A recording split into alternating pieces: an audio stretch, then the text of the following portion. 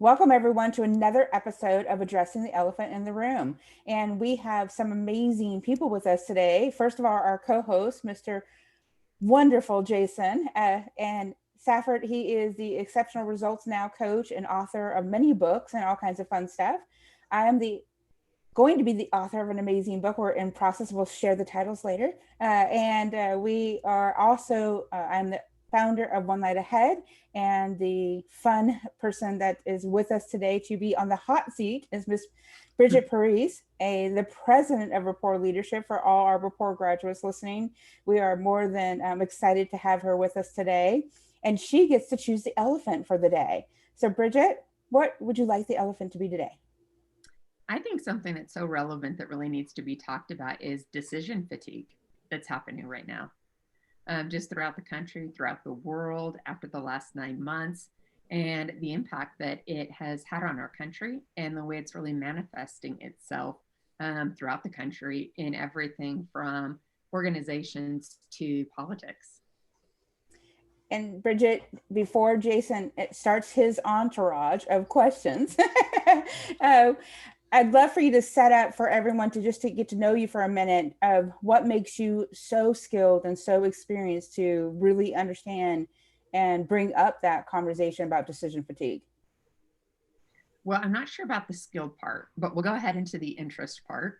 I am Perfect. fascinated by people in general, Mhm. and I'm fascinated by why we do what we do. And this has been such a unique time in history with all the companies and individuals that I work for, that the impact really of COVID, the election, so many things that have strained our world socially has really led people, I believe, into a place that there's so many different decisions to be made that they either default directly to kind of what their core beliefs are, which sometimes have been, especially this last year, in conflict with each other.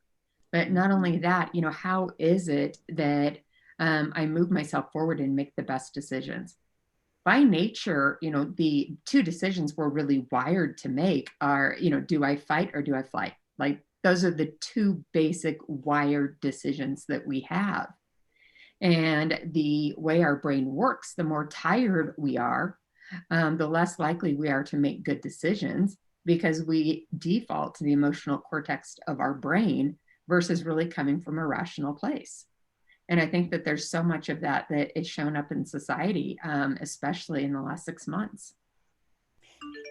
And Brigit, you have a wealth of experience to be talking about that. So just real quick, so people can that are listening in that may not watch the video part of it, that they can really know your history. How many years have you been in professional development, etc.? Well, I'm interesting because I'm a nerd. So I'm like a nerd that ended up working with people. And I started my my career, for instance, with a degree in accounting. And about 25 years old, just a few years ago, I went Love through it. this leadership program called Rapport Leadership, and it completely shifted, my perspective that really kind of what the yin and yang of success is. And I really believe that it's such a fine, delicate balance between, having those critical thinking skills and being a nerd and the ability to relate with people and connect with them. So for a large part of my career, I did nerdy stuff on one side, and I would show up and train these leadership courses that were incredibly fulfilling on another side. Ran a consulting organization for about 10 years, really specializing a lot in strategic planning and helping companies go from here's my vision to the implementation. And so the vision, strategy, implementation were really my core three focuses. And then this last year, decided to take on this role in January of president of Rapport. So Rapport's been about a 23-year journey for me, and this is my current function and purpose. Powerful. Thank you for setting the audience up to understand how much wealth of wisdom you bring to the table. And yet now, Jason, you get to take your first swing. Well, Bring it. Brigit, number one, thank you so much. And I want to start from the really tough place, which is when we're stuck in that emotional state and we no longer want to make good decisions, as you put it. You know, we're just tired of really putting in the work. How does that really happen? Well, I think we always want to make good decisions. So I think that is, a premise. And one is, I believe people are just kind of worn down by so many aspects right now. One of the things that I've been most fascinated with in the last 2 weeks is actually going to a hot place is the election. And specifically looking at the election, how is it for the second term in a row, pollsters have gotten things so wrong?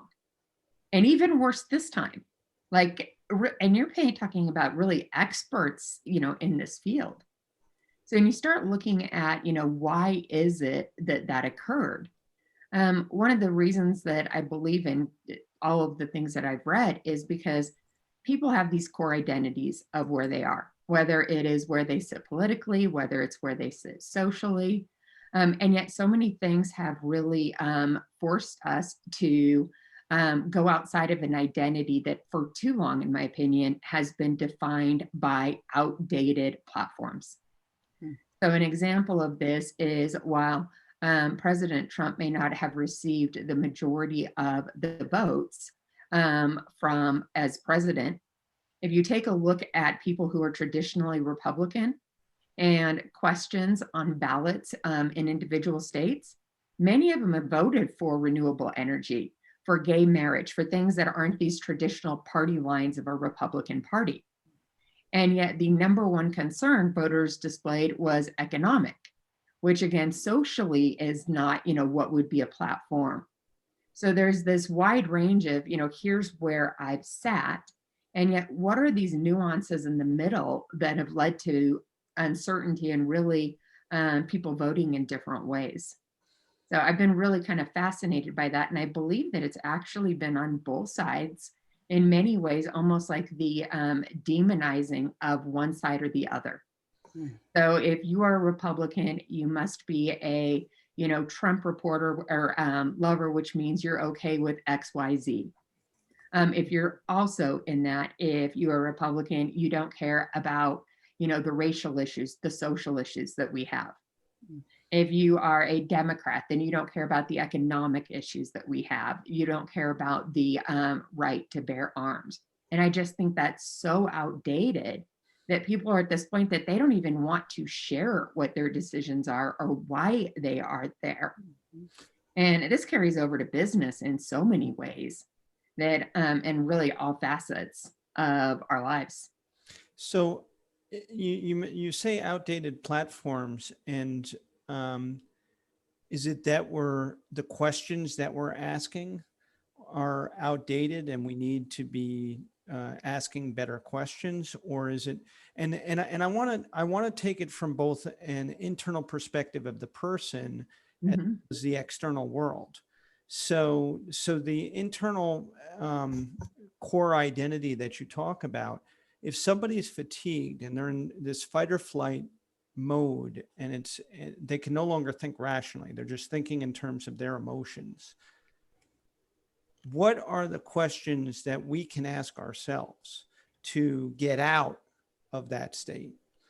And then for somebody who's trying to have I'm sorry, you know what? No, go ahead. To that question first, and then I'll go to the second one. Okay. No, go ahead. What's the second one? So the second one is for somebody who's trying to have a conversation with you, or they're trying to build that rapport, but their questions are outdated.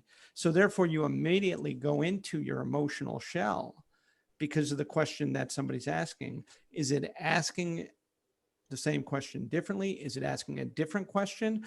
Or is it shifting the frame altogether and saying, hey, you know what? We need to ask completely different questions. I believe it's asking different questions. Okay. And I believe there's really I think a great example of a paradigm shift that really showed up this year was George Floyd. So when that happened, regardless of where you are on a social spectrum of what you think is anything that, not just political, but general beliefs, when you hear a man that says, I can't breathe, and then dies, the only thing that comes back is identity. My identity is that's not fair, that's not right. It doesn't matter what police did. It doesn't matter where you grow up. It doesn't matter your economic status. None of that matters. Like, that's not right. Mm-hmm. So when we really start going to asking questions more about identity or getting there, I think then we get different information. So another example of that is, we're so goal focused most of the time. And yet I've really come to think that intentions are more powerful than goals. Mm-hmm. And intentions, there's so many more nuances. They involve emotions. They involve purpose. They're like goals with a soul. And you still have to be able to put numbers to whether or not those intentions are actualizing. But I believe that we don't take enough time understanding people's intentions and their core identity and where those, lines are. Well, and Brigit, I'm going to give one extra thought on that. Jason, I know you're headed a direction. Yet, as Jason says, when I hear an opportunity, I'm going to grab it just a second for a minute. And I want to bring back to that concept of fatigue real quick. Mm-hmm. When you said the decision fatigue, because as you said, most of the time, we all know that we do not use all of our brain power, first of all. Second of all, we have an opportunity to recognize that in the world we live in today, which is a whole nother conversation we could go on, yet it comes back into the question I want to ask is coming back into what battle is truly ours to fight. And because when you get into that decision fatigue and you get into that, people can get into that, as you know, the habit finder tool that we use is that concept of that, I've got so many decisions to make that which one do I grab on first? And I'm curious from your perspective and the people you're talking with, the businesses you're working with, as we're addressing this elephant in that fatigue, how do you help them really dive into which battle, I think the first step to that is identifying constraints. Like, what are my non-negotiables? In all of these things that I need to do, what am I not going to give up? And if I can really set what I'm not going to give up, then I can decide what it is that I am willing to take on in a much faster way. Mm-hmm. The other thing is just recognizing the, cognitive bias that we may have around, multiple of subjects. I'll give you kind of a totally off the topic example, but similar. I'm in the middle of rehabbing a rental property that I have. And one of the things that I'm doing is put in hardwood floors. So I go to 3 different locations looking at hardwood floors. And I come home and my husband's like, "What did you choose?" And I go, he goes, "You didn't, did you?" I go, "No, I didn't." But there were so many choices. I couldn't even get there that day. So that night I had to sit down and I'm like, okay, what is the quality that I want? What is the color range that I want? What am I willing to settle on for the length of time for installation? Like, if you get real hardwood floors, they have to sit for 2 weeks. And I had to put that actually into that framework of what my constraints are to minimize down to make a decision. But I literally left completely overwhelmed after 3 stories of, not making what doesn't appear that it should be a difficult decision, quite frankly. Brigit, let me go into that because perfect example. Yeah, I think that's a fantastic example. And I want to go back to both, that from core identity as well as your fatigue in terms of what in those 3 stores did you see that suddenly overwhelmed you? I'm going to assume overwhelmed you with choice, that it became a difficult decision rather than an easy decision to make. And the reason I ask it that way is because my assumption is you went in there thinking that you were going to see something and say, "That's what I want," and you didn't see it. For me, I believe it came down to constraints. I didn't identify them beforehand. So what I've gotten very clear with, for instance, in my own life to minimize choices right now is I'm time blocking. And that's never something that I have really disciplined myself to do. However, there's so many things happening right now that's actually began to bring me a place of sanity. Mm-hmm. I've put a morning routine in place where I start up at 5 and exactly how I spend my hour from 5 to 6, which just sets my intention. And what it's really forced me to do is to put in new frameworks for discipline. but it's minimizing options of what I can do or where I pass things off. And that's really for me what the benefits have been. And it's like, I can't do everything. And so what is it that I am willing to take on? And what am I willing to just say, it's okay. And I think decision making becomes a lot easier when you give up the need to be perfect. I was just about to ask you, how do we restore ourselves from this fatigue? And obviously it's not an overnight process, but one thing you talk about is discipline. What are some of the other things that can help us get out of our emotional state and get back to a more logical state? And let me ask you this, is it a good thing to be in your emotional state sometimes? Oh, absolutely. I believe any good decision is both logical and emotional, that they're both taken into context with understanding the consequences of both. And it would be so wonderful if we were these, completely balanced people that made decisions off of that. And to do that requires more decisions, because now you're calculating what that, looks like from so many different perspectives. And fortunately, our brains, they help us with this because we're able to recognize patterns, make decisions faster, and our brain processes information in a way that it wants to make easy decisions. Those easy decisions, though, you have to be aware of, obviously. But as soon as we begin to get tired, we begin to get fatigued. And that generally happens when so many new variables enter. So if we look at the variables that have entered this year, just COVID alone and the changes in all facets of life with COVID, it's overwhelming to what often people's life is overwhelming anyway. And I think that change in general is such a unique thing. One is, I don't know anyone that likes change thrust upon them.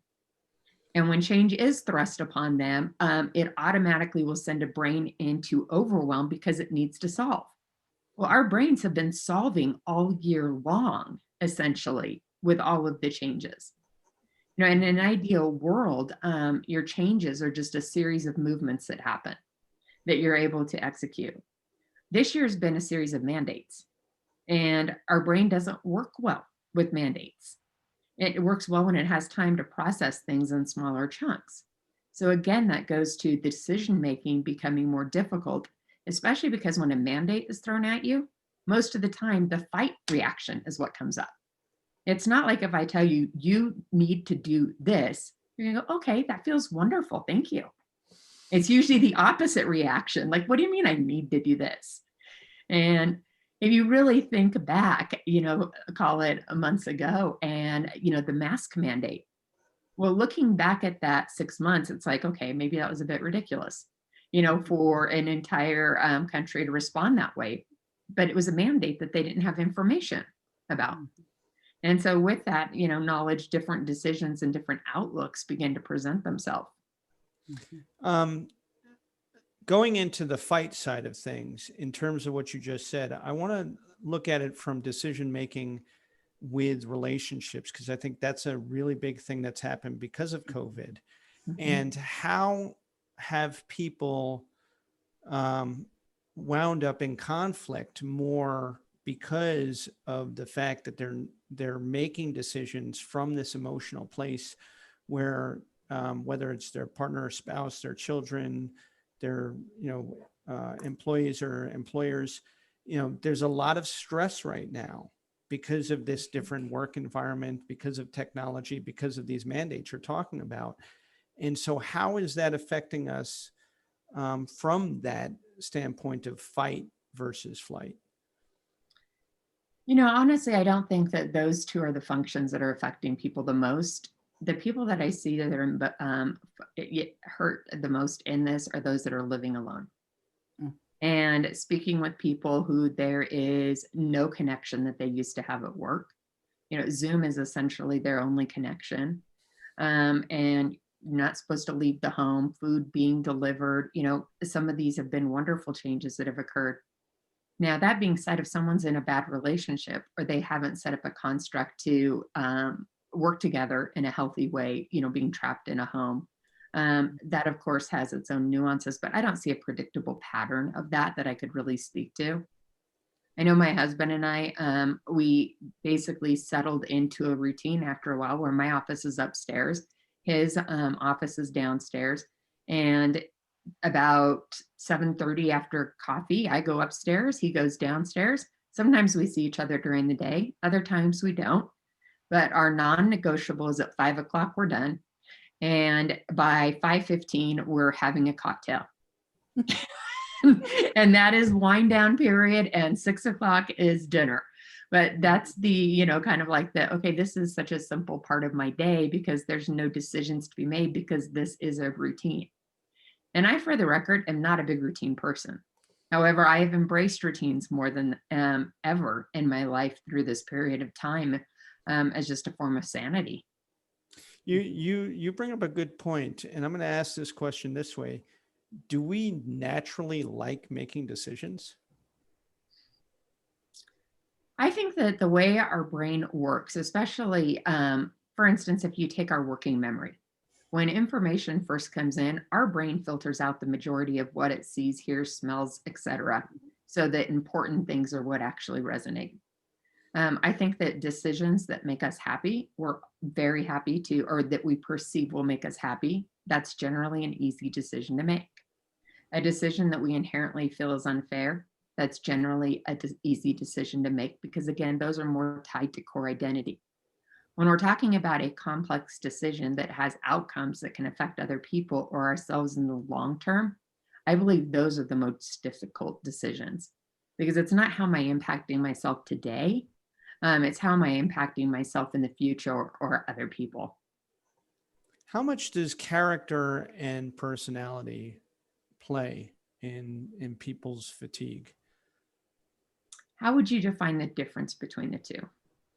I think personality is more tied to mood, and Okay. character is tied more to your core beliefs. Okay. So can you ask the question again? How is character and personality? How do those two things affect our decision fatigue? Well, it's those are kind of interesting, intertwined in general. That so if I look at, for instance, personality, I don't necessarily tie that to character. So, for instance, if my character is that I am, my belief about myself is that I am a person who genuinely cares about other people. Like that's my character. At the end of the day, what is the one thing I would want people to say about me? She's a good person. Like that would be it. So now if I look at personality, which is the expression of that, if I'm someone who is naturally an introvert, I'm likely showing that in more quiet ways. Whereas if I'm naturally an extrovert, you may see me display that in a way that's outwardly projected to the world. I guess I don't really see the correlation there as far as decision making or how that would play out in a way that I can clearly articulate at least.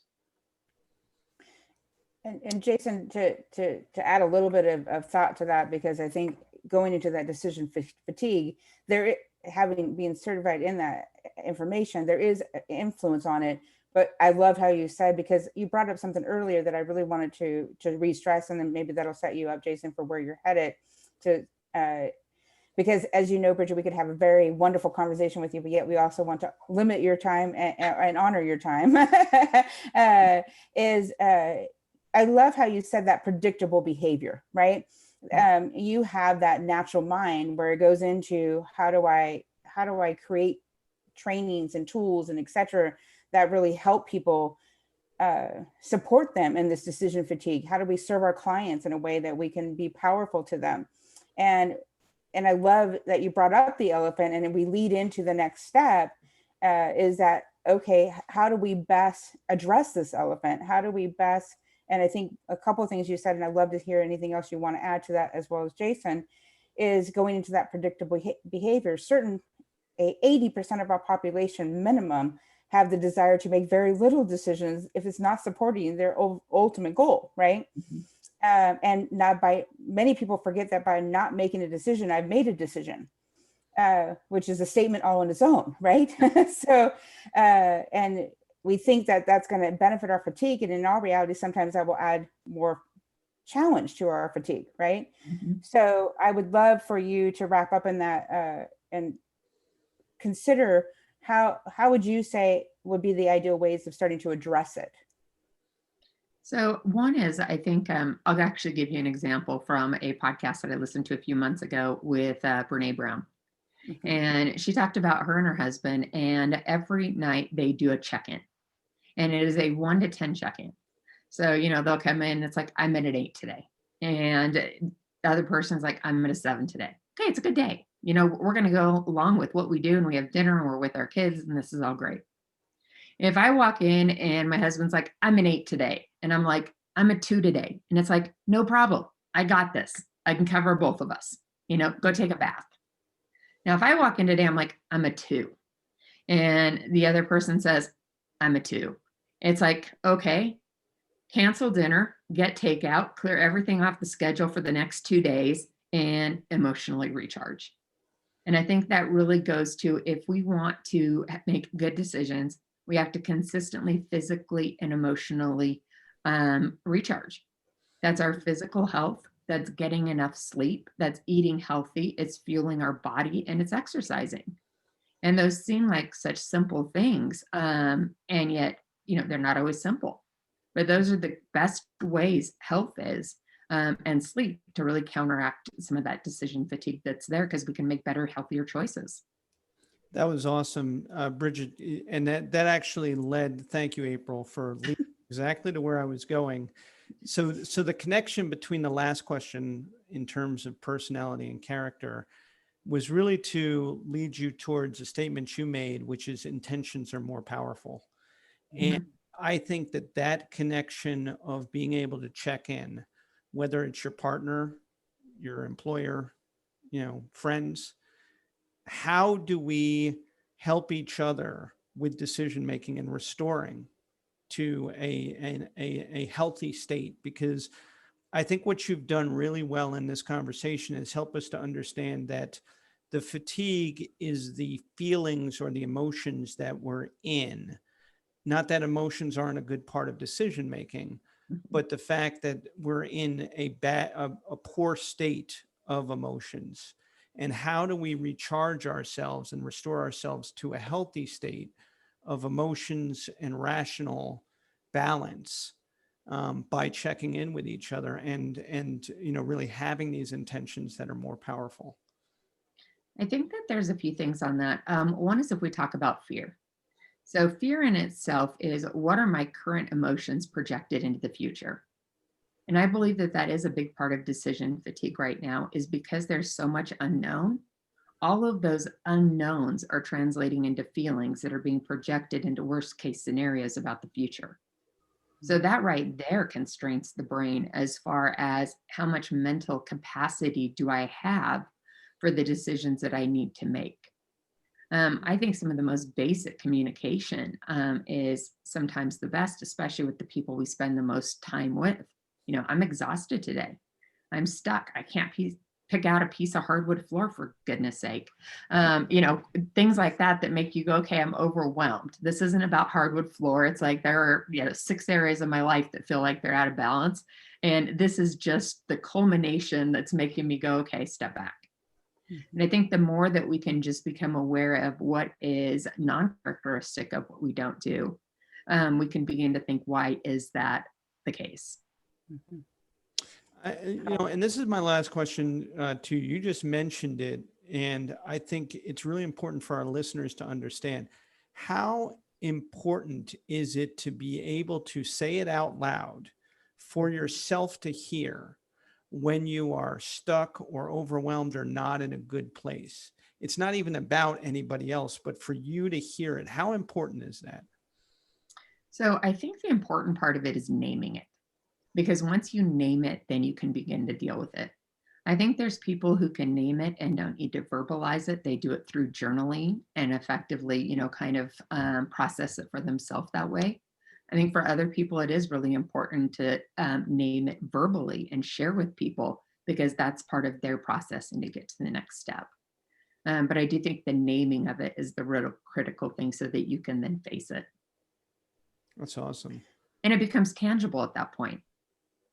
Yeah. And I mean, to me, if you're going to be able to have good intentions with other people and really, have the success through intentions, I would imagine that when you're able to let yourself know what's preventing you from getting to that next place, you can Yes. through it. And then for other people, they can understand you when you're not able to perform at the level that you want to perform, as well as want to get from Yes.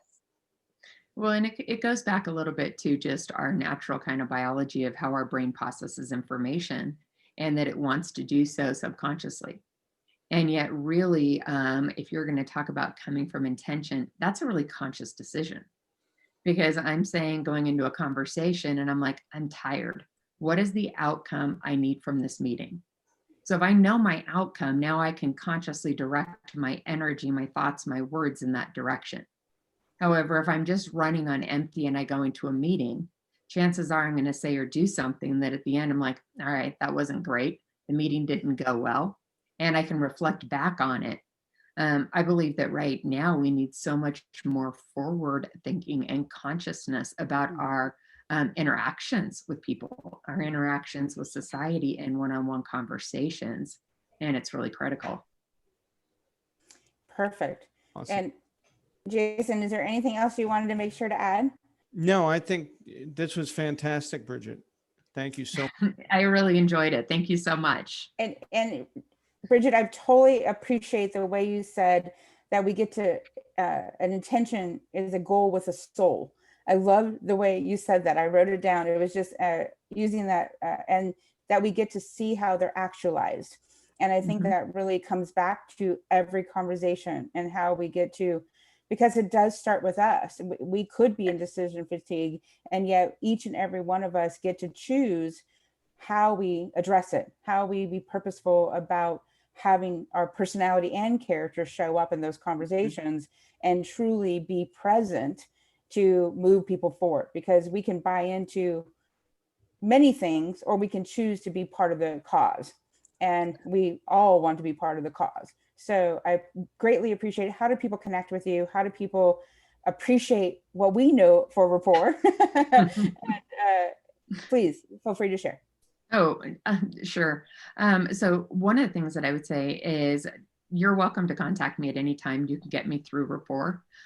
Also, one of the things that we're doing as far as Thanksgiving is we have a frontline leader program, and our first lesson is actually called Defining Moments. And it's about how do you create powerful, positive, defining moments. And it's about an hour and a half program.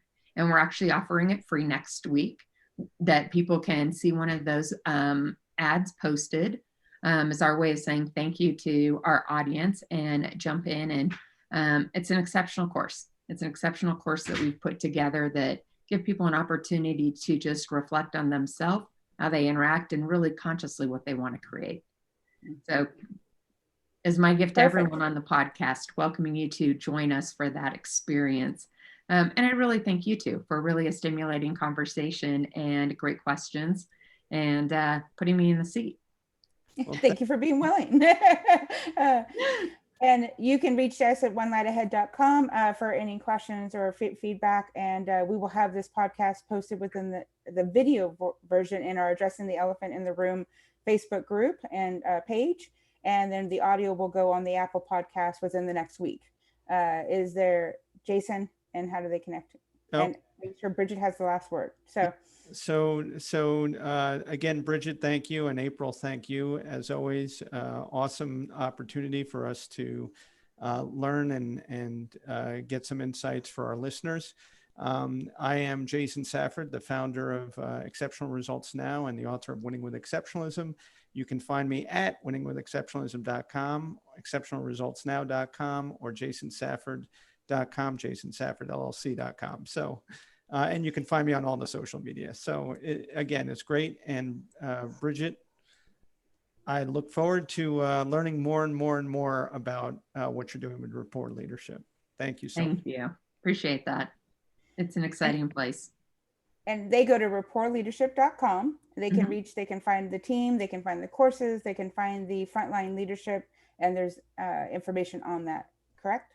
Yes, and the information will be shown actually on our Rapport page on Facebook. So go to On Facebook, Facebook. Rapport or Rapport Leadership, and then you'll see it. And that is a perfect ending. Thank you very Wait, much. I do have one more